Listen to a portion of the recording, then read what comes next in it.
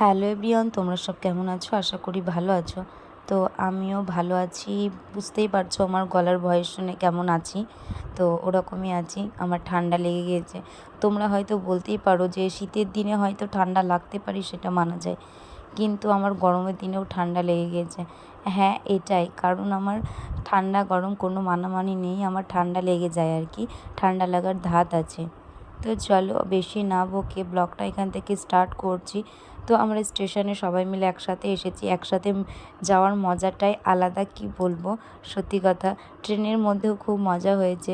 দেন পৌঁছে যাওয়ার পরে আর ভিডিওটি কন্টিনিউ করিনি। তো আমাদের পৌঁছাতে পৌঁছাতে তোমার 8:30 মতো বেজে গেছিলো। দুপুরকার ট্রেনে গেছিলাম 2টোর দিকে।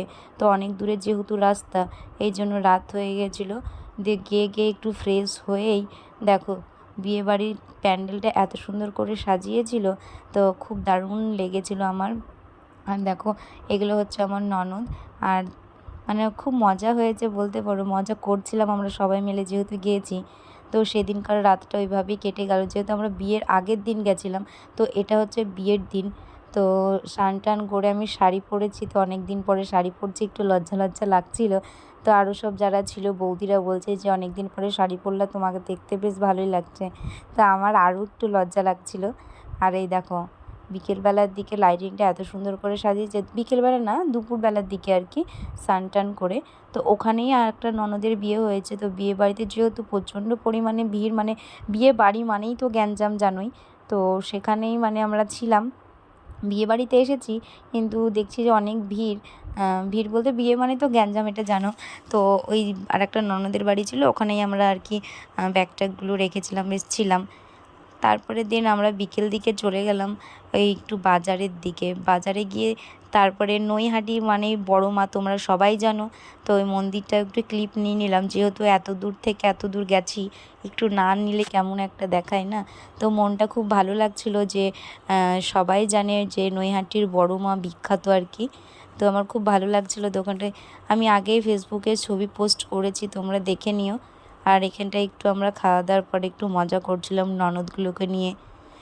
দেন তারপরে রাত্রিবেলার দিকে দেখো ননদ আমাকে চুল বেঁধে দিচ্ছে, তো আমাকে পাকিয়ে চুল বেঁধে দিচ্ছিল। আমি বললাম যে ওইভাবে বেঁধো না, আমাকে কেমন লাগবে কি।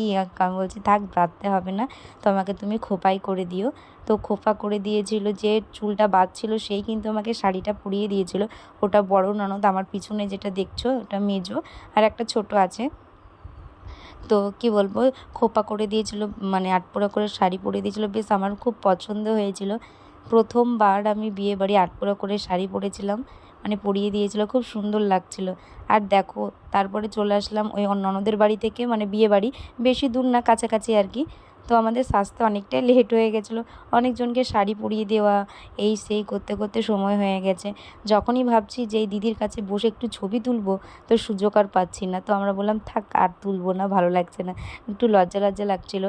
তো ওখানটায় coffee, phuchka, pakora, ice cream stall বসেছিল, কিছুই তো খাওয়া হলো না। তো এখানটায় ননদিনী ফুচকা খাচ্ছিল, সেখানটায় আমি বললাম যে একটাই দাও, আমি একটাই খাই, কারণ অনেকটাই রাত হয়ে গেছিলো। তো রাত্রেবেলায় টক জিনিস খেলে না পেটে ব্যথা করে, এই জন্য আমি খেতে চাই না। তো এখানটায় ফুচকাটা যাই হোক খেলাম, খেয়ে আইসক্রিমের দিকে চলে আসলাম। এই দেখো আইসক্রিম খেতে লাগলাম।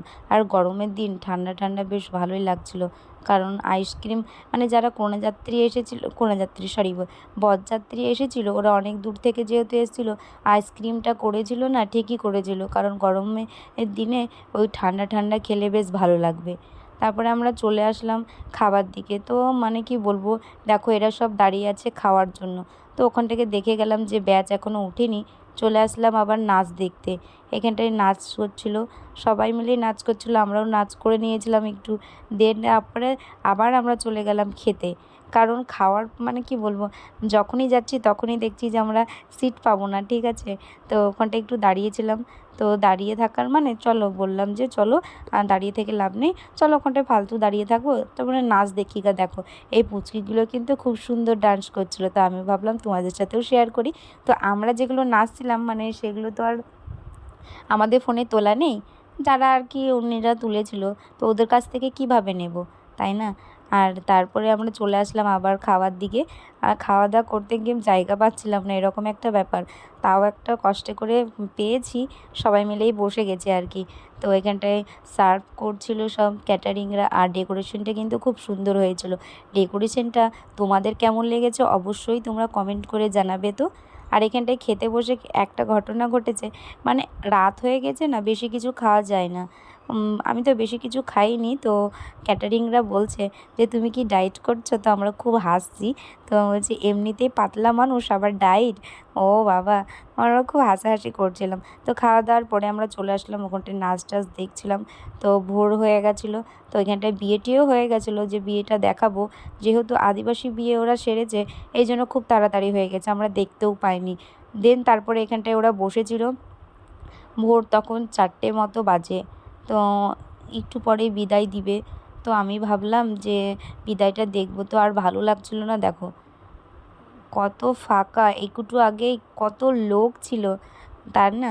তারপরে দেন চলে আসলাম এই ননদের বাড়ি আবার ড্রেস চেঞ্জ করতে। তো বললাম যে যখন বিদায় হবে তখন যাব।